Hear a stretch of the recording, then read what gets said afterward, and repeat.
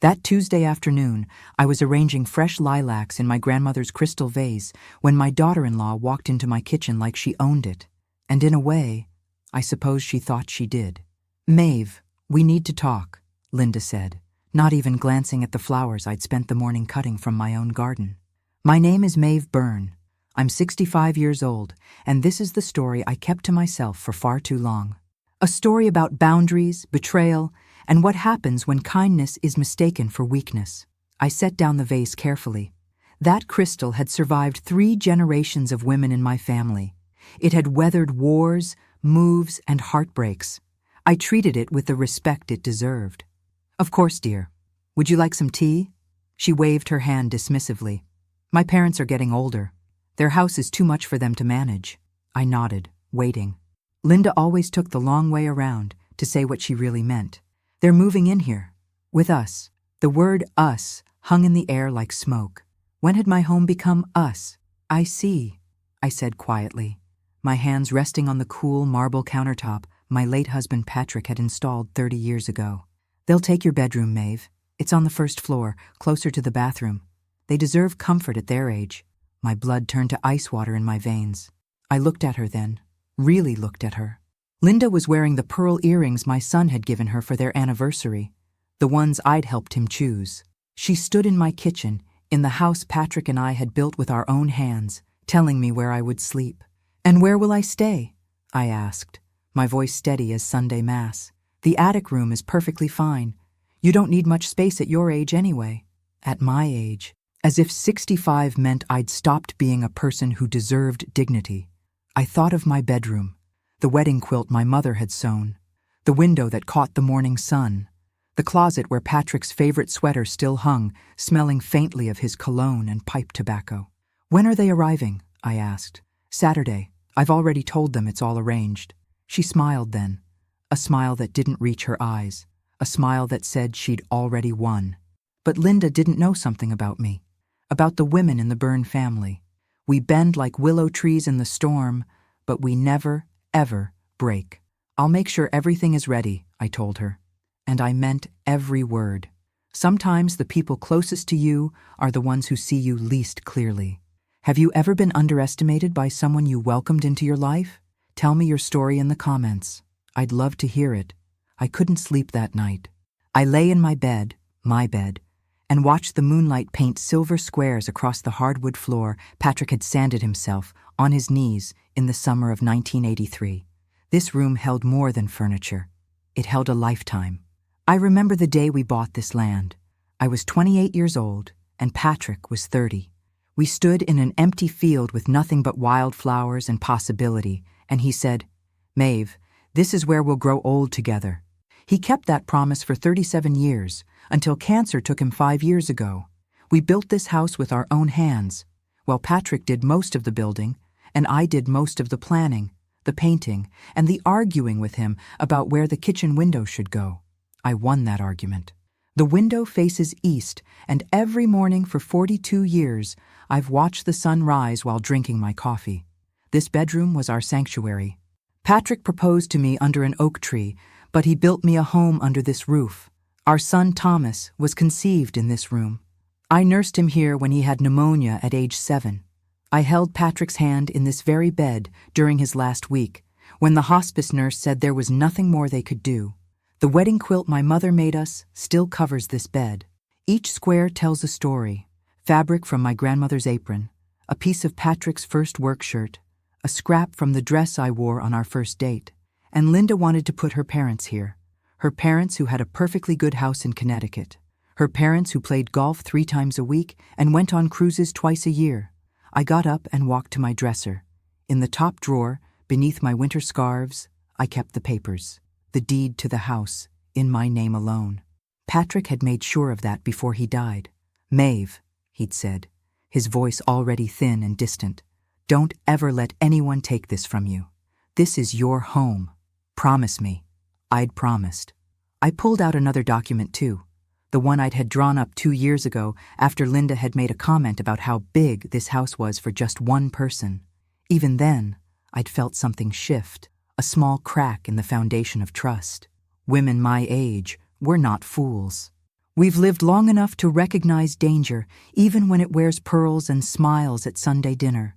I remembered the day Thomas brought Linda home to meet us. She was lovely then, or so I thought. Charming. She complimented my cooking, admired the house, asked about our family photos. I welcomed her with open arms. I helped plan their wedding. I babysat their children when they needed time alone. When Patrick died, Linda had hugged me and whispered, "We're here for you, Mom." Mom. She'd called me Mom. Now she wanted my bedroom. I placed the papers back in the drawer and returned to bed, but I didn't close my eyes. Instead, I planned. My grandmother used to say, "A smart woman doesn't fight fire with fire. She simply removes the oxygen." By dawn, I knew exactly what I needed to do. As I tell you this, I wonder where you're listening from. Write your city below so I can feel a little closer to you. Sometimes knowing we're not alone makes all the difference. Looking back now, I can see the signs were always there. I just chose to ignore them, the way we do when we love someone and want to believe the best. It started small, little things that seemed insignificant at the time. 3 years ago, Linda redecorated my living room while I was visiting my sister in Boston for a week.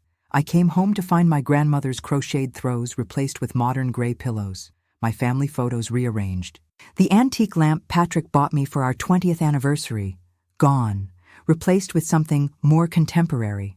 "Surprise," Linda had said brightly. "I updated the space. You'll love it once you get used to it." I didn't love it, but Thomas looked so hopeful, standing beside his wife, that I smiled and said, "Thank you." I found my grandmother's throws folded in a box in the garage 3 weeks later. Then there were the holiday dinners. For 40 years, I'd hosted Thanksgiving in my dining room, using my mother's china and my own recipes. 2 years ago, Linda announced we'd be doing Thanksgiving at her house instead. "It's too much work for you now, Maeve," she'd said, touching my arm with false concern. "You should rest. Enjoy being a guest for once." But it wasn't about rest. It was about erasing me, piece by piece, from my own traditions. Last Christmas, she'd gone through my kitchen cabinets, my kitchen, and donated half my dishes to Goodwill without asking. "You don't need service for 12 anymore," she'd explained when I noticed. "There are only 5 of us for dinner now." Service for 12 had been my mother's, each plate a memory, each cup a ghost of laughter around tables long gone. And Thomas? My son said nothing. He'd smile uncomfortably and change the subject. Or worse, he'd say, "Mom, Linda's just trying to help. She means well." That's what hurt most. Not Linda's behavior, but my son's blindness to it. I'd raised Thomas to be kind, to be respectful. But somewhere along the way, he'd learned to keep peace at any cost, even at the cost of his own mother's dignity. Patrick would have said something. Patrick would have drawn a line. But Patrick was gone, and I'd been trying to be enough for everyone. Enough mother, enough grandmother, enough woman not to cause trouble.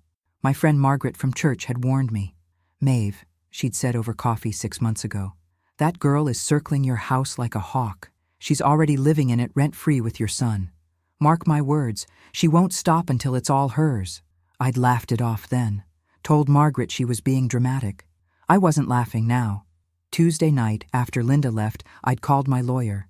His name was Henry Mitchell, and he'd handled Patrick's estate. He was 72, sharp as a tack, and he didn't mince words. "Maeve," he'd said after I explained the situation, "do you have a will?" "Yes. Everything goes to Thomas." "And does Linda know that?" I paused. I suppose so. We've discussed it." Henry was quiet for a moment. "Maeve, I need you to listen to me carefully. There are people who marry into families for love, and there are people who marry into families for assets. After what you've just told me, I think we need to take some precautions." "What kind of precautions?" "The kind that protect what's yours. Can you come to my office Thursday morning?" I could hear my heartbeat in my ears. Yes, I can." "Good. Bring your deed, your will, and any financial documents related to the house. We have work to do." That night, I stood at my bedroom window with the crystal vase in my hands, watching the moon reflect off its cut glass surfaces. My grandmother had carried this vase across the ocean from Ireland in 1928. It had survived the journey. It had survived everything. So would I. I still wonder if I should have spoken up sooner. Have you ever kept quiet to keep the peace, only to realize silence has a price? What would you have done in my place? Thursday morning arrived cold and gray, the kind of November day that makes you want to stay in bed with the curtains drawn. But I was up before sunrise, dressed in my navy blue suit, the one I'd worn to Patrick's funeral, and standing in Henry Mitchell's office by 9 o'clock sharp. His secretary brought me tea in a proper china cup, not a paper one. I appreciated that small gesture of respect more than she could know. Henry came in carrying a thick folder and wearing the serious expression of a man about to deliver difficult news. "Maeve," he said, settling into his chair, "I've reviewed the documents you sent over. Your deed is clear. The house is solely in your name. That's good. But your will is a problem." "What do you mean?" "Everything goes to Thomas, correct?" "Yes. He's my only child." Henry leaned forward, his hands folded on the desk. "And Thomas is married to Linda. In most states, that means when Thomas inherits, Linda has rights to that property as his spouse. If something were to happen to you tomorrow, Linda would have a legal claim to half of everything Thomas inherits." The tea turned bitter in my mouth. "But it's my house. It is now. It won't be once you're gone." He paused, letting that sink in. "Maeve, I've been doing this for 43 years. I've seen this pattern before. A person moves into a home as a guest, then as family. Then they start making changes. Small ones at first. They're establishing precedent, showing occupancy, making themselves indispensable. And then, when the owner is at their most vulnerable..." He didn't finish the sentence. He didn't need to. I thought about Linda standing in my kitchen, telling me I'd be sleeping in the attic. I thought about my mother's dishes in a Goodwill bin somewhere. I thought about Thomas's uncomfortable silences. "What can I do?" I asked quietly. Henry pulled out several documents. "You have options. First, you could put the house in a trust with specific conditions.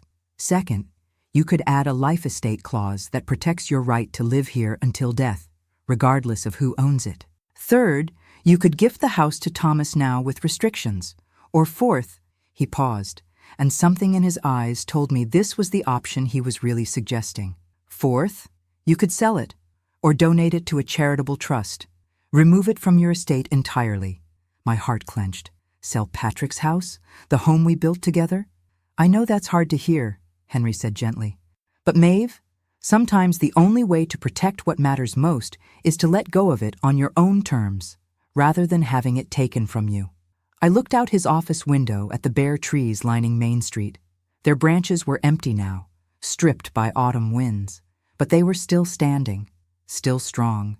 They'd bloom again come spring. "I need time to think," I said. "You have until Saturday, according to what you told me. That's 2 days. 2 days to decide the fate of 42 years of memories." I went home and walked through every room of my house like I was seeing it for the first time, or maybe the last time. The kitchen where I'd taught Thomas to bake cookies, the living room where Patrick read the newspaper every Sunday, the bedroom where we'd laughed and cried and loved. In the attic, the room Linda had assigned to me, I found boxes of old photographs. Thomas as a baby, Thomas's first day of school, Thomas graduating college, Thomas's wedding day, with Linda in white, smiling at the camera while holding my son's hand. I'd been so happy that day, so hopeful. I'd gained a daughter, I thought. Instead, I'd been slowly losing my son. That evening, Thomas came by. Linda had sent him, I could tell. He stood in my doorway looking guilty and uncomfortable, like a boy caught stealing cookies. "Mom, about this weekend, Linda's parents are really excited. They've already packed." "I know," I said calmly. "And you're okay with the sleeping arrangements?" I looked at my son, this man I'd raised, this person who carried Patrick's eyes and my stubborn chin, and I realized something painful and true. He'd already made his choice, and it wasn't me. "Thomas," I said softly, "did you know your father made me promise something before he died?" He shifted uncomfortably. "No." "What?" "He made me promise never to let anyone take this house from me." Silence filled the space between us like fog. "Mom, nobody's taking anything. We're family. Linda thinks I should sleep in the attic of my own home. It's temporary, just until..." "Until what, Thomas? Until I'm too old to climb the stairs? Until I'm too tired to fight? Until I simply disappear?" His face went pale. That's not fair. No, I agreed. It isn't. He left without saying goodbye. I sat alone in my bedroom that night, the crystal vase on my nightstand catching the lamplight. Inside it, the lilacs had started to wilt. Even beautiful things don't last forever, but they leave behind a memory, a fragrance, a lesson.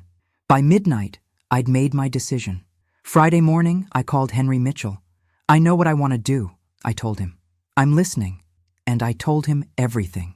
Friday afternoon, I did something I hadn't done in 5 years. I drove to the cemetery where Patrick is buried. His headstone is simple. Gray granite with his name, his dates, and the words I chose. He built a life of love. Beside it, there's space for my name. Someday, but not yet. I sat on the cold ground beside him. My knees aren't what they used to be, but I managed. And I talked to him the way I used to talk to him across the breakfast table. Patrick, I hope I'm doing the right thing. I think you'd understand. I think you'd even be proud. The wind moved through the bare trees, and for just a moment, I felt him there. Not in a supernatural way, but in the way love stays with you long after the person is gone. In the choices you make. In the strength you didn't know you had. I drove home with a strange sense of peace. That evening, Margaret called. Maeve, I heard something today at the grocery store. You know how people talk in this town. What did you hear? She hesitated. I ran into Carol Henderson. You know, Linda's mother's friend from their bridge club. I know Carol. Well, Carol mentioned that Linda's parents just bought a new RV, one of those luxury ones. Cost them over $200,000. They're planning a cross-country trip next spring. I felt something cold settle in my chest. An RV? Yes. And Carol said they're healthy as horses. Her husband plays tennis 4 times a week. They're both in their early 70s and active as anything. I sat down slowly in my kitchen chair. Maeve, are you there? I'm here, I said quietly. Margaret, thank you for telling me. After we hung up, I sat in the gathering darkness and let the truth wash over me. Linda's parents weren't frail. They weren't unable to manage their home. They weren't in need of first-floor accommodations or special care. This wasn't about helping aging parents. This was about something else entirely. I thought about Linda's words again. They'll take your bedroom. They deserve comfort. Not, they need help. Not, they're struggling. But they deserve comfort. And by extension, I didn't. I opened my laptop and did something I should have done weeks ago. I searched Linda's parents' names on social media. There they were. Facebook profiles full of photos. Hiking in Colorado last month. At a wine tasting in Napa 2 weeks ago. Playing with their grandchildren, my grandchildren, in their spacious Connecticut home with its manicured lawn and 3-car garage. Post after post of 2 healthy, active, perfectly capable people living their best lives. I scrolled further back and found something that made my blood run cold. A post from Linda, dated 6 months ago. Can't wait until we finally have the space we need. Some changes are coming soon. 17 comments of congratulations, excited emojis, heart reactions. I clicked on Linda's profile. Most of it was private, but I could see enough. Photos of my house, captioned as if it were already hers. My living room, our cozy space, my garden, our backyard oasis, my kitchen, where we make family memories. Our, never Maeve's, never Mom's house where we're grateful to stay, just ours. I kept digging. In March, Linda had shared a post about estate planning with the caption, "Important for everyone to know their rights." In January, she'd posted a real estate listing for a house identical to mine with the comment, "Properties like this in our neighborhood are worth so much now. Incredible investment." She'd been planning this for months, maybe for years. The parents weren't moving in because they needed help. They were moving in to establish occupancy, to fill the house with Linda's family, to push me out gently, gradually, until I was nothing but a memory in the attic, if I lasted that long. And once I was gone, the house would be Thomas's, which meant it would be Linda's. And if they divorced, well, she'd have a legal claim to half of a property worth nearly $700,000, according to the last assessment. My hands were shaking as I closed the laptop. I thought of all the times I'd made excuses for her. All the times I'd swallowed my discomfort to keep the peace. All the times Thomas had asked me to understand, to be patient, to remember that Linda meant well. She meant well. She meant to take everything. I called Henry Mitchell at home. I didn't care that it was 8 o'clock on a Friday night. Henry, I need to know, if Linda and Thomas divorce, could she claim part of this house? If Thomas inherits it? Absolutely. It would be considered marital property acquired during the marriage. Even though it's my house, once it passes to Thomas, it becomes his property. And his property is shared with his spouse under Connecticut law. I closed my eyes. What if something were to happen to Thomas first? God forbid, but what if? Henry was quiet for a moment. Then Linda, as his widow, would likely inherit everything, including this house. Maeve, what's going on? I told him about the RV, the social media posts, the healthy, active parents who didn't need help at all. He swore softly. I've seen this before. It's called asset positioning. She's setting up to claim the property, legally and morally. Once her parents are living there, she'll argue they depend on the house, that moving them would be cruel. She'll make it impossible for you to maintain boundaries. And Thomas? Your son probably has no idea. Men often don't see these things until it's too late. I thought of Thomas's uncomfortable face, his guilty eyes. Maybe he didn't know. Or maybe he did know. But love had made him blind. Either way, I couldn't let this happen. Henry, I said firmly, I want to move forward with the plan we discussed. All of it. Can we execute the paperwork tomorrow morning? It's Saturday. I know. I'm asking if you can make an exception. They arrive at 2 o'clock. There was a long pause. Then, I'll meet you at my office at 9 a.m. Bring your deed, your will, and 2 witnesses. We'll have everything ready by noon. After I hung up, I walked through my house one more time. I touched the walls Patrick had painted. I stood in the doorway of the room where I'd raised my son. I held the crystal vase up to the light and watched it fracture the lamplight into 1,000 tiny rainbows. Some things you hold on to, some things you let go. And sometimes the bravest thing you can do is choose which is which. Tomorrow, Linda would arrive with her parents and their suitcases, expecting to take my bedroom and my dignity.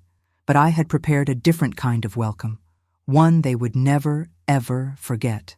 Saturday morning dawned clear and cold. I woke at 5:30, made my coffee, and watched the sun rise through my kitchen window one last time as the owner of this house. By 6, I was dressed. Navy suit again.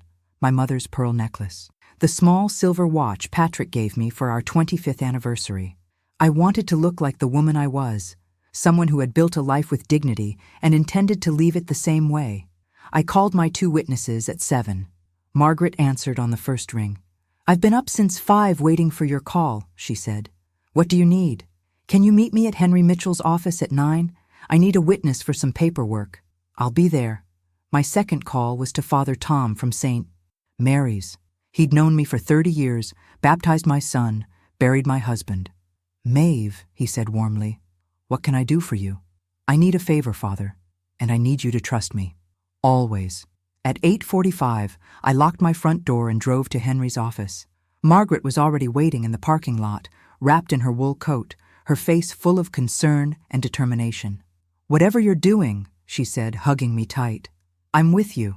Father Tom arrived 5 minutes later. Henry met us at the door, his briefcase in hand and his expression serious. Everyone ready? He asked. I nodded. Inside, Henry spread the documents across his conference table like a surgeon laying out instruments. He'd been busy. Everything was prepared, typed, notarized, ready for signatures. Maeve, he said, I want to make sure you understand what you're doing. Once these papers are signed, there's no going back. This is permanent. I looked at the documents. My house, my home. 42 years of my life reduced to legal language and signatures. I understand, I said. You're transferring the house to the St. Mary's Parish Housing Trust. It's a charitable trust that provides housing for elderly members of the community. You will retain a life estate, meaning you have the legal right to live in this house for the rest of your life. No one can remove you. No one can evict you. When you pass, the house will be used to help other elderly people in need. And Thomas? Henry's voice was gentle but firm. Thomas will inherit your personal property, your savings, your car, everything except the house. The house will never be his, which means it can never be Linda's either. Margaret gasped softly. Father Tom closed his eyes and nodded slowly, understanding. This is what Patrick would have wanted, I said quietly. He built this house to be a home, not an asset. He'd want it to help people. I picked up the pen. My hand didn't shake. Not once. I signed my name, Maeve Catherine Byrne, on every page. Margaret and Father Tom witnessed each signature. Henry notarized them all. By 10:30, it was done. The deed transfer will be recorded Monday morning, Henry said. But as of this moment, legally, that house belongs to the trust. You are now its lifetime resident. Congratulations, Maeve. You just made it impossible for anyone to take your home from you. I felt something release in my chest. Not sadness, not regret, freedom. We went to the diner afterward, the three of us. Margaret ordered us all coffee and pie, even though it wasn't quite noon. You're braver than anyone I know, she said, squeezing my hand. Father Tom smiled. The Lord works in mysterious ways. You've just ensured that your home will shelter people for generations to come. Patrick would be very proud. I thought he was right. At 1 o'clock I drove home. I had 1 hour before Linda and her parents arrived. I moved quickly, with purpose. I took down the wedding quilt from my bed and folded it carefully, placing it in a cedar chest. I removed my mother's dishes from the kitchen cabinets, the ones Linda hadn't already donated, and packed them in boxes marked for storage. I took the crystal vase from my nightstand and carried it to the attic room, the room Linda had designated for me. Then I did something that surprised even myself. I cleaned that attic room top to bottom. I brought up fresh linens, my favorite reading lamp, a small bookshelf with my beloved novels. I arranged the crystal vase on the windowsill where it caught the afternoon light. By the time I was finished, it wasn't an exile. It was a sanctuary. I'd spent 42 years in that downstairs bedroom. It had served me well, but I was still alive, still strong, still capable of climbing stairs. And from the attic window, I could see the maple tree Patrick and I planted the year Thomas was born. I could see the sunrise even better from up here. Maybe change wasn't always loss. Maybe sometimes it was liberation. At 1:55, I heard the crunch of tires in my driveway. I looked at myself in the hallway mirror one last time. I straightened my shoulders, touched my mother's pearls. Then I went downstairs to open the door. Linda stood on my porch, her parents behind her, all of them surrounded by luggage. Her father held 2 large suitcases. Her mother carried a hanging bag and wore an expression of polite entitlement. Linda's smile was bright and triumphant. "We're here," she announced, as if this were a celebration. "Where's Thomas?" "He's at work," I said calmly. "But please, come in." They filed into my living room, and set down their bags with the presumption of people who believed they belonged here. Linda's mother looked around appraisingly. "Linda's told us so much about this place. It's lovely, very cozy." Cozy. That was rich person speak for smaller than we're used to.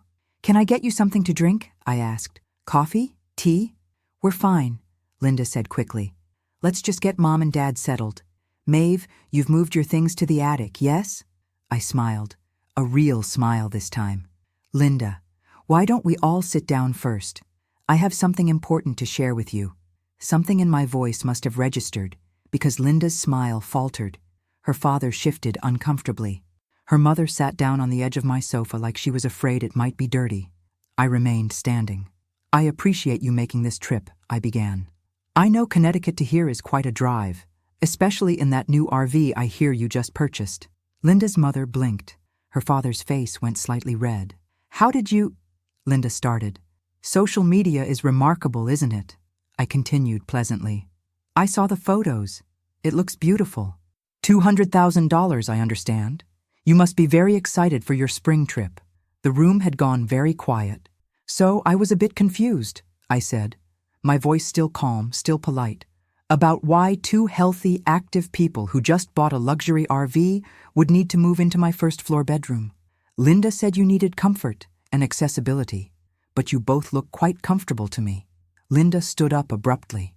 "Maeve, I don't appreciate—" "I'm not finished," I said, and something in my tone made her sit back down. I'd been silent for too long, accommodating for too long. Not anymore. "This is my house," I said clearly. "My name is on the deed. My husband and I built it, and I've decided what happens to it. I pulled out a copy of the trust documents from the folder Henry had given me. As of this morning, this house has been transferred to the St. Mary's Parish Housing Trust. It will provide housing for elderly people in genuine need for generations to come. I retain the right to live here for the rest of my life, but when I'm gone, it will never belong to anyone in this family. Linda's face went white. You did what? I protected my home and my dignity. You can't do that. Thomas is your son. That house belongs to me, I interrupted. It belonged to me, and now it belongs to people who will actually need it. Linda's father stood up, his hand on his wife's shoulder. Linda, I think we should go. Dad, sit down. She's bluffing. I handed the document to her father. He read it, his expression growing darker. Then he looked at his daughter with something I recognized: disappointment. Linda, he said quietly, get our bags. We're leaving. But now. Linda's mother was already standing, her face flushed with embarrassment. I'm so sorry, she said to me, though I wasn't sure what she was apologizing for. Her daughter's behavior, probably. Or maybe just the awkwardness of being caught in a lie. They gathered their luggage quickly, efficiently, like people escaping a crime scene. At the door, Linda turned back to me, her face twisted with anger. Thomas will never forgive you for this. I met her eyes steadily. Perhaps, but I'll forgive myself, and that's what matters. She left without another word. I closed the door behind them and stood in the sudden silence of my home. Then I walked to the kitchen, put the kettle on for tea, and looked out my window at the November afternoon. The maple tree was bare now, but it was still standing. So was I. Thomas arrived 20 minutes later. I heard his car door slam, not close, slam, and I knew Linda had already called him. He burst through the front door without knocking, his face flushed, his eyes wild with something between anger and panic. Mom, what did you do? I was sitting at the kitchen table with my tea, the same spot where Linda had told me I'd be sleeping in the attic. I gestured to the chair across from me. Sit down, Thomas. I don't want to sit down. Linda just called me hysterical. She said you gave away the house. She said you signed papers. She said... He stopped, running his hands through his hair. Tell me it's not true. It's true. He stared at me like I'd slapped him. How could you? This is my inheritance. This is my father's house. No, I said quietly. It was your father's house, and mine. We built it together, and your father made me promise, on his deathbed, never to let anyone take it from me. Nobody was taking it from you. Weren't they? I stood up, facing my son across the kitchen. Linda told me I'd be sleeping in the attic, Thomas, in my own home. Her parents, who are perfectly healthy, were going to take my bedroom. The bedroom where I nursed you when you were sick. The bedroom where I held your father's hand while he died. Thomas opened his mouth, then closed it. Did you know her parents just bought a $200,000 RV? I asked. Did you know they're planning a cross-country trip? Did you know they don't need help at all? His face told me he hadn't known. Or maybe he had, but he'd convinced himself it was all fine. That Linda had good reasons, that I was being difficult. She was just trying to help, he said weakly. Was she? Or was she trying to establish occupancy so that when I die, she'd have a legal claim to this property? That's crazy. Linda wouldn't... Thomas. I sat back down, suddenly tired. I've watched you defend her for 3 years. I've watched you make excuses while she erased me from my own home, piece by piece. My grandmother's throws, my mother's dishes, my traditions, my dignity, and you said nothing. I was trying to keep the peace. At what cost? My voice broke, just a little. At the cost of your own mother? Silence filled the kitchen. The same kitchen where I'd taught him to crack eggs, where we'd done homework at this table, where Patrick had announced we were going to add a back porch and Thomas had drawn the plans on a napkin. You should have talked to me first, Thomas said finally, his voice smaller now. Would you have listened? Or would you have asked me to understand, to be patient, to remember that Linda means well? He flinched. Your father left this house to me, Thomas. In his will, he specified that it was mine alone. Do you know why? Because he knew. Even then, he knew I might need protection. Protection from what? From your own family? From people who see me as an obstacle instead of a person. Thomas sank into the chair, his anger deflating into something that looked like grief. She's my wife, Mom. I know. and I love you enough to hope you'll choose wisely when the time comes." I reached across the table and took his hand. "Thomas, the house is gone. It's in a trust that will help elderly people who actually need help. I have the right to live here until I die. Everything else, my savings, my car, all my personal property, that's still yours. But this house, it will do more good for the world than it ever would as Linda's investment property." "She's not like that," he whispered, but even he didn't sound convinced anymore. Maybe she wasn't always. Or maybe I just didn't want to see it. I squeezed his hand. "I hope I'm wrong about her. I hope you have a long, happy marriage. I hope she loves you, not for what you might inherit. But either way, I've done what I needed to do to protect myself." He pulled his hand away, stood up, walked to the door. "I need time to think," he said without turning around. "Take all the time you need. I'll be here." But he was already gone. I sat alone in the fading afternoon light and cried. Not for the house, not for Linda's parents and their awkward retreat, but for my son, who was somewhere between his mother and his wife, trying to figure out which truth he could live with. That evening, Margaret came over with a casserole and a bottle of wine. "I brought reinforcements," she announced, setting them on the counter. "You did the right thing, Maeve." "Did I?" Thomas looked at me like I'd betrayed him. "You saved him. He just doesn't know it yet." She poured us each a glass of wine. "Give him time. The truth has a way of revealing itself." We ate dinner together, two women in their 60s who'd survived husbands and heartbreaks and the particular loneliness of being underestimated. "What will you do now?" Margaret asked. I thought about it. Live. That's what Patrick would want. That's what I want. That night, I slept in the attic room for the first time. The bed was comfortable. The room was quiet. And through the window, I could see the stars, something the trees had blocked in my old bedroom. I placed the crystal vase on the nightstand beside me. It caught the moonlight and scattered it across the walls in dancing patterns. Change wasn't death. Sometimes change was just a different kind of light. I thought about Linda, probably raging in her home, planning her next move. I thought about Thomas, caught between loyalty and love. I thought about her parents, driving back to Connecticut in embarrassment. And I thought about myself, here in this small room at the top of the stairs, finally free. I'd lost my son's trust, maybe, but I'd kept my soul. Some trades are worth making. 3 weeks passed before Thomas came back. It was early December, and I was stringing lights on the small Christmas tree I'd set up in the living room. A modest tree, nothing like the grand ones Patrick and I used to decorate together, but it was enough. I'd learned that enough was a kind of freedom, too. The doorbell rang. When I opened it, Thomas stood there with his hands in his pockets, looking older somehow, tired. "Can I come in?" he asked. Always. We sat in the living room, the unlit Christmas tree between us like a question neither of us knew how to ask. "Linda wants a divorce," he said finally. My heart broke for him, even as a small, guilty part of me whispered, "I knew. I'm sorry, sweetheart." "Are you?" His voice wasn't accusatory, just hollow, lost. "Yes, I never wanted you to hurt." He nodded slowly. "She's been different since that day, angry, distant. She kept saying you'd ruined everything, that you'd stolen her future. I tried to understand, tried to fix it, but—" He looked at his hands. The more I tried to see it her way, the more I realized I couldn't. "What changed?"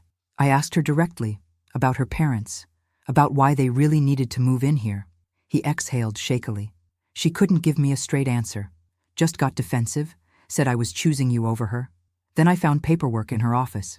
She'd been researching real estate values, looking into how marital property gets divided. Mom, she had a whole folder about Connecticut inheritance laws. I reached over and took his hand. He let me. "Last week, she told me that if I really loved her, I'd contest the trust, try to get the house back legally." His voice cracked. "She said a man should fight for his family's assets, that I was weak for letting you manipulate me." "And what did you say?" "I said this was never about money for me, that I'd rather have my mother than a house." He looked up at me with Patrick's eyes, wet with tears. "She said that was my problem, that I'd never amount to anything with that attitude." I pulled him into a hug, this grown man who was still my little boy. He cried on my shoulder like he hadn't cried since Patrick died. "I'm sorry I didn't see it sooner," he whispered. "I'm so sorry, Mom. You loved her. There's no shame in that. But I let her hurt you. You were trying to build a marriage. That takes effort and compromise. You just didn't realize she was the only one taking and you were the only one giving. I pulled back to look at him. Thomas, you're going to be okay. You're stronger than you think. He stayed for dinner. We ordered Chinese food and ate it at the kitchen table, talking about everything except Linda. He told me about work, about the projects he was designing. He'd become an architect like he'd always dreamed. He asked about my days, about Margaret, about the house. Do you ever regret it? He asked. Giving it away? No. I sleep better now than I have in years. In the attic room? I smiled. It has the best view of the stars. After he left, I felt something I hadn't felt in months. Hope. Winter turned to spring. Thomas filed for divorce in January. Linda fought it, dragged it out, tried to claim half of everything. But Thomas had finally learned to set boundaries. His lawyer was good. By April, it was nearly settled. I didn't attend the proceedings. It wasn't my place. But Thomas called me after each hearing, and I listened. She tried to argue that she'd contributed to improving your house, that she deserved compensation, he told me once. Her lawyer brought up the living room redecorating, the kitchen reorganization. Mom, she actually tried to claim she'd increased the property value. What happened? My lawyer pointed out that the house wasn't mine and never would be, that any improvements she made were done without the owner's permission. The judge wasn't impressed. By May, the divorce was final. Thomas kept their small condo. Linda didn't want it anyway. She'd apparently already moved in with a man she'd met online, someone who owned a tech startup and drove a Tesla. She didn't waste any time, Thomas said. But he didn't sound heartbroken anymore, just relieved. I'd started volunteering at St. Mary's Soup Kitchen twice a week. Father Tom had introduced me to the other trust board members, good people who cared about helping those in need. They'd asked me to serve on the board, to help decide how the trust would be used after I was gone. You're building a legacy, Maeve, Father Tom said. Not just for yourself, but for the whole community. I thought about that word. Legacy. Patrick and I hadn't had much money. We'd never traveled to Europe or owned fancy cars. But we'd built something that mattered, and now it would matter even more. Margaret and I took a trip that summer, just the two of us, to Maine. We stayed in a little cottage by the ocean and ate lobster and watched the waves. You seem different, Margaret observed one evening as we sat on the porch with our wine. Lighter. I feel lighter, like I've put down something heavy I didn't know I was carrying. Regret? No. Obligation. The weight of trying to be everything for everyone. I watched the sunset paint the sky orange and pink. I spent so many years trying not to be a burden, trying to stay small and quiet and accommodating. And for what? So people could take advantage of my kindness? You're not a burden, Maeve. You never were. I know that now. Thomas started coming over for Sunday dinners again, just the two of us. We'd cook together. He'd learned from watching me all those years. And we'd talk, really talk, about his childhood, about Patrick, about his dreams for the future. I think I want to design affordable housing, he told me one evening. Buildings that give people dignity. Places that feel like homes, not just shelters. Your father would love that. I think he would. One Sunday in October, almost a year after that terrible Saturday, Thomas brought someone with him. A woman named Rachel, a teacher with kind eyes and an easy laugh. She brought flowers and helped with dishes and asked me about my life with genuine interest. I told her everything, Thomas said later when Rachel stepped outside to take a phone call. About Linda, about what happened. I wanted her to know who I am, the mistakes I made, the lessons I learned. And she stayed. She said everyone deserves a chance to grow, that she was more interested in who I'm becoming than who I was. I hugged him tight. She sounds wonderful. She is. And Mom? I'm not rushing anything this time. I'm taking it slow, making sure. Good. You have time. You have all the time in the world. That winter, I got a letter from Linda's mother. It arrived in a cream-colored envelope, her name embossed on the return address. Dear Maeve, I owe you an apology. What happened last November has haunted me. I want you to know that my husband and I had no idea what Linda was planning. She told us you'd offered to let us stay while our house was being renovated. We believed her. When we learned the truth, that you'd been pressured, that Linda had misrepresented our situation, we were horrified. We confronted her, but by then, the damage was done. Linda has always been ambitious. We raised her to be strong and independent. But somewhere along the way, strength became ruthlessness. I don't know where we went wrong. I understand if you can't forgive us. But I needed you to know that we never intended to hurt you. And for what it's worth, I think you did exactly the right thing. Your home will help people who truly need it. That's a beautiful legacy. With sincere regret, Eleanor, I read the letter 3 times. Then I wrote back, "Dear Eleanor, thank you for your letter. I believe you. And I forgive you. Parents can only do so much. At some point, our children make their own choices. You raised Linda to be strong. What she did with that strength was her decision, not yours. I hope you're enjoying your RV adventures. Life is short. Fill it with joy." With peace, Maeve. I never heard from Linda herself. According to Thomas, she'd married the tech startup man after a whirlwind 6-month romance. She'd posted photos on social media. Her in a white dress again, smiling that same bright smile, standing in front of a mansion in Silicon Valley. "Do you think she learned anything?" Thomas asked when he told me. "I don't know, but that's not my concern anymore. Doesn't it bother you that she just moved on like nothing happened?" I thought about it carefully. "Thomas, I used to think justice meant people getting punished, but I've learned something. Real justice is quieter than that. It's about consequences catching up eventually, about people becoming exactly who they've always been until they can't hide from it anymore. You think that'll happen to Linda? I think Linda will keep taking until there's nothing left to take. And then she'll be alone with herself. That's punishment enough." I turned 67 that spring.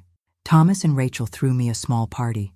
Margaret came, and Father Tom, and some of my friends from the church. We ate cake in my living room and laughed, and I blew out my candles thinking about Patrick and how far I'd come.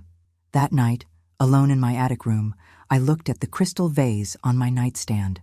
I'd filled it with fresh lilacs from my garden, the same garden Patrick and I had planted 40 years ago. The vase had survived, the house had survived, and so had I. Not just survived, thrived. I'd learned something precious in these quiet months. You can lose everything and still have yourself. You can be betrayed and still know peace. You can set boundaries and still be kind. The woman who'd opened the door to Linda's parents with their suitcases, that woman had been afraid of loss, of conflict, of being alone. But I wasn't afraid anymore. I'd found something better than being liked. I'd found being true. 5 years had passed when I heard the news. I was 72 now, still living in my attic room with its view of the stars. My knees complained more on the stairs, but I made it up and down just fine. The house was quieter. Thomas and Rachel had married 2 years ago and bought a small house 3 streets over. They came for dinner every Wednesday without fail.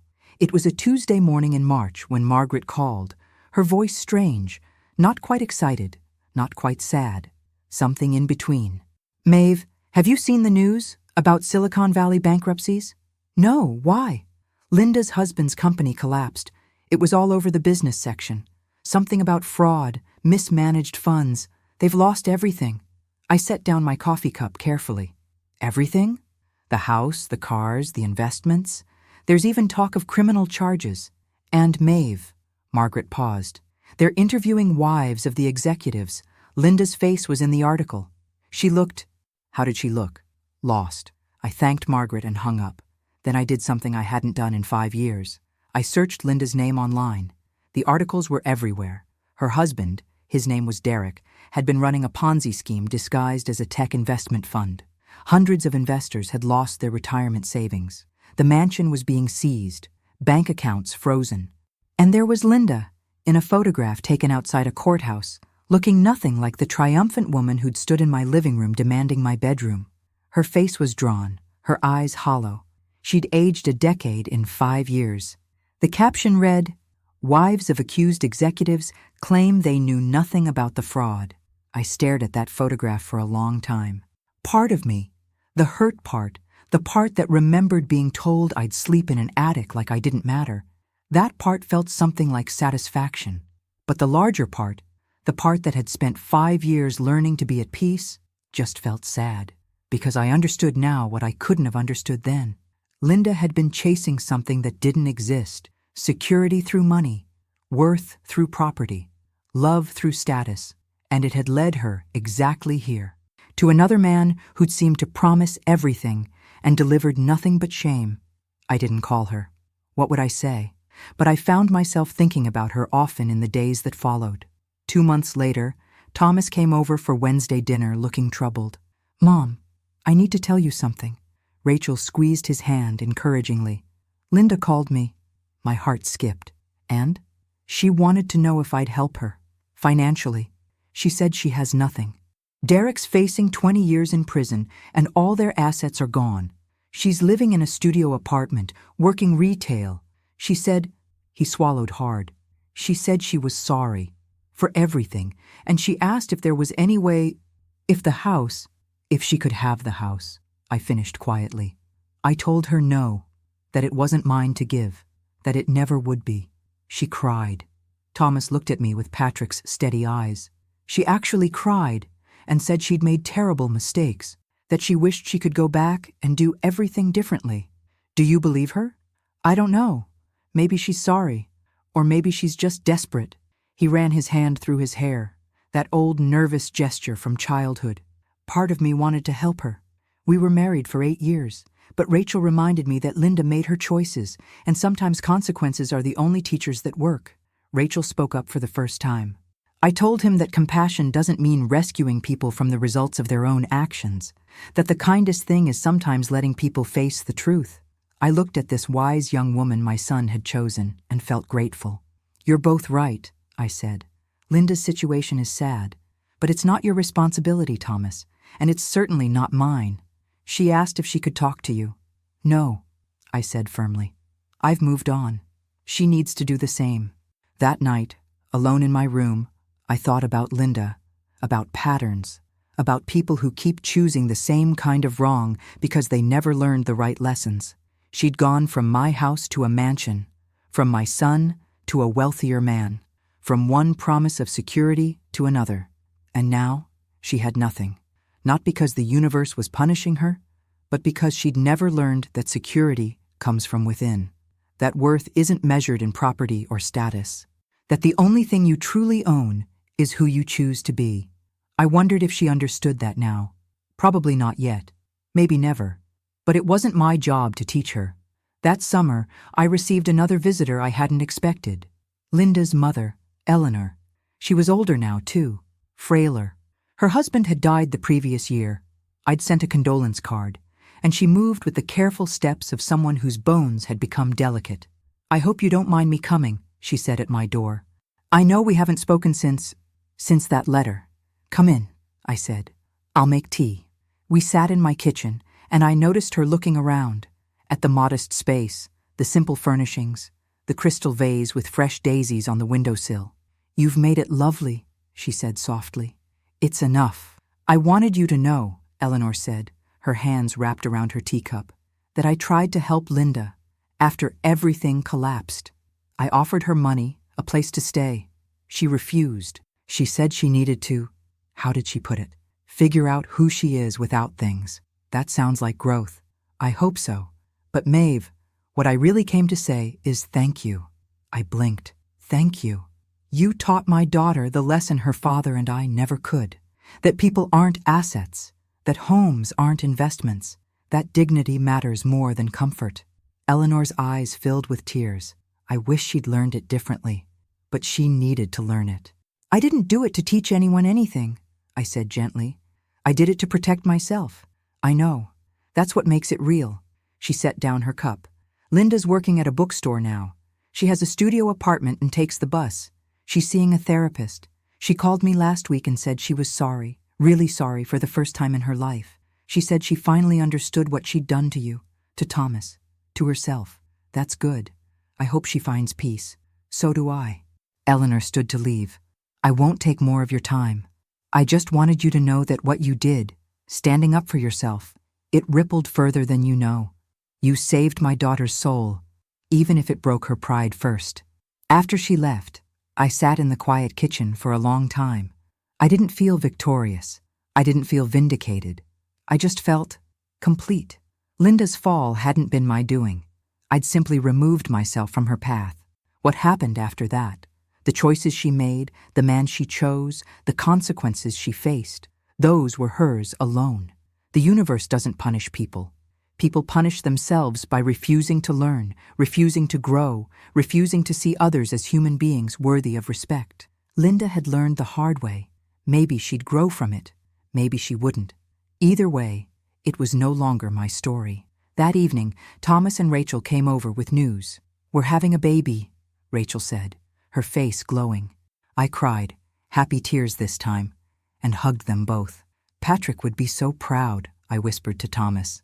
"I think he'd be proud of you too, Mom, for everything." That night, I climbed the stairs to my attic room with my heart full. I'd lost a bedroom, but gained my dignity. I'd lost my son's blind loyalty, but gained his respect. I'd lost my daughter-in-law, but gained my freedom. And now, I was gaining a grandchild who would know a grandmother who stood for something, who understood that love without boundaries isn't love, it's servitude, who knew that kindness without self-respect is just another form of harm. I picked up the crystal vase and held it to the window. The late summer sunset filled it with rose gold light. This vase had crossed an ocean. It had survived wars and moves and generations of women's hands. It had been my grandmother's strength, my mother's resilience, and now it was mine.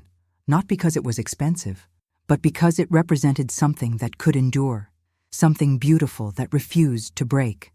I set it back on the nightstand and climbed into bed. Somewhere out there, Linda was facing herself for the first time, learning that people aren't possessions, that homes aren't trophies, that the emptiness she'd been trying to fill with other people's things could only be filled from within. I hoped she'd find what she was looking for, but I'd already found mine. I'm 75 years old now, and I'm sitting at my kitchen table watching the morning sun stream through the east window, the one Patrick insisted we place here all those years ago. He was right about this window. He was right about so many things. My granddaughter Claire is 3 years old. She's upstairs in the attic room right now, what she calls Grandma's Tower, playing with the crystal vase. I've taught her to hold it carefully, to respect its weight and history. She knows it belonged to her great-great-grandmother, who crossed the ocean with nothing but courage and this single beautiful thing. "Why did she bring it, Grandma?" Claire asked me yesterday, her small hands cradling the vase like a treasure. "Because some things are worth carrying," I told her, "even when they're heavy, even when the journey is hard." Thomas brings her over every Sunday morning. He and Rachel had another baby last year, a boy they named Patrick. Thomas has his own architecture firm now, specializing in affordable housing and community centers, buildings that give people dignity, just like he wanted. He never speaks of Linda anymore. I know through Margaret's network, because in small communities, news travels, that Linda eventually remarried. Someone quieter this time. A teacher, I heard. Someone who drives a modest car and tends a garden. I hope she's learned to tend her own soul with the same care. I hope she's happy. I truly mean that, because I've learned something in these past 10 years, something that took me 75 years to understand. Holding on to anger towards someone who hurt you is like drinking poison and expecting them to die. Linda made her choices. She faced her consequences. She's living her life somewhere else now, and that's as it should be. My life is here, in this house that's no longer mine, but will always be my home. Last week, Father Tom came by with the rest of the trust board. They wanted to tell me their plans for after I'm gone. "We're thinking of turning it into a transitional home," Father Tom explained, "for elderly women escaping domestic situations, women who need a safe place to land while they figure out their next chapter." I thought about that, about women my age or older who'd spent their lives accommodating, shrinking, silencing themselves to keep peace, women who'd finally found the courage to leave but had nowhere to go. "Patrick would love that," I said, my voice thick with emotion. "He always said this house should shelter people who needed shelter. We'll call it the Burn House," one of the board members said, "in honor of you and your husband." I shook my head. "No, call it Haven House, because that's what it should be. A haven, a place where women remember they matter." After they left, I walked through each room slowly. The living room where Margaret and I had drunk wine and laughed until we cried. The kitchen where I'd taught Thomas, and now Claire, to bake cookies. The bedroom on the first floor that I'd almost let someone take from me. And finally, the attic room, my sanctuary. I climbed those stairs, slower now, my knees protesting each step, and stood at the window, looking out at the maple tree. The one Patrick and I planted the year Thomas was born. It's massive now. Its branches stretch wide enough to shade half the yard. In spring, it explodes with green. In fall, it burns like fire. In winter, it stands bare and proud, waiting for renewal. Just like me. People ask me sometimes if I have regrets, if I wish I'd handled things differently, if I think I was too harsh. I tell them the truth. I wish I'd stood up for myself sooner. I wish I'd taught Thomas earlier that love without boundaries isn't love. I wish I'd understood decades ago what I finally learned at 65, that being kind doesn't mean being a doormat, and that protecting yourself isn't selfish, it's necessary. But I don't regret the choice I made that Saturday morning in Henry Mitchell's office. I saved myself, and in doing so, I taught my son how to save himself. And maybe, in some small way, I even saved Linda by refusing to participate in her plan and forcing her to face the consequences of her choices. Sometimes, the most loving thing you can do is say no. Sometimes, the greatest gift you can give is a boundary. Sometimes saving yourself is the only way to save everyone else. Yesterday, Thomas brought me something, a framed photograph he'd found in his attic, one from 30 years ago. Patrick and me, standing in front of this house the day we finished building it. We're younger, covered in paint and sawdust, grinning like fools. Patrick's arm is around my shoulders, and I'm holding the keys. I want Claire to have this someday, Thomas said, so she knows where she comes from, so she knows her grandmother was a woman who built something that lasted. Your father built this house, I reminded him. No, Mom, Dad built the walls. You built the home. And when someone tried to take it from you, you protected it in the only way that mattered, by making sure it would help people forever. After he left, I put that photograph on my nightstand, next to the crystal vase. 2 things that survived, 2 things that mattered. I don't know how much time I have left. None of us do. But I know this. When I die, I'll die in this house, in this room, with the morning sun on my face and the maple tree visible through my window. I'll die knowing I stood for something, that I chose dignity over peace, that I chose truth over comfort, that I chose myself when it mattered most. And I'll die knowing this house, this beautiful house that Patrick built and I protected, will go on helping women who need help, women who need to remember their worth, women who need a safe place to land. That's not just a legacy. That's a life that meant something. If you've stayed with me through this whole story, thank you. Thank you for listening. Thank you for understanding that sometimes the bravest thing we do isn't fighting. It's simply refusing to disappear. I don't know your story, but I know this. You matter. Your boundaries matter.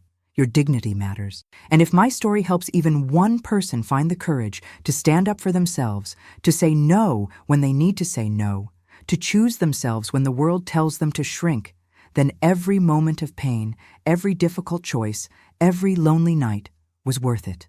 Don't wait until you're 65 to protect yourself. Don't wait until someone tries to put you in the attic before you remember you deserve the sunrise. Stand for yourself now, today, this moment, because you are not an obstacle. You are not a burden. You are not too old, too quiet, too much, or too little. You are enough, exactly as you are, right now. I learned that lesson late, but I learned it true. And now I'm passing it on to you. The crystal vase sits on my nightstand, filled with lilacs from the garden. The same garden Patrick and I planted 42 years ago. The same lilacs that bloom every spring, faithful as sunrise, beautiful as memory. Some things endure. Some things matter. Some things are worth protecting, even when the cost is high. I am one of those things. So are you. Don't ever forget it. My name is Maeve Byrne. I'm 75 years old. And this is the story I needed to tell. Not because it's mine, but because it might be yours too. And if it is, I want you to know. You're not alone. You're not wrong. And you're not too late. Stand for yourself. You're worth it. God bless you. And thank you for listening.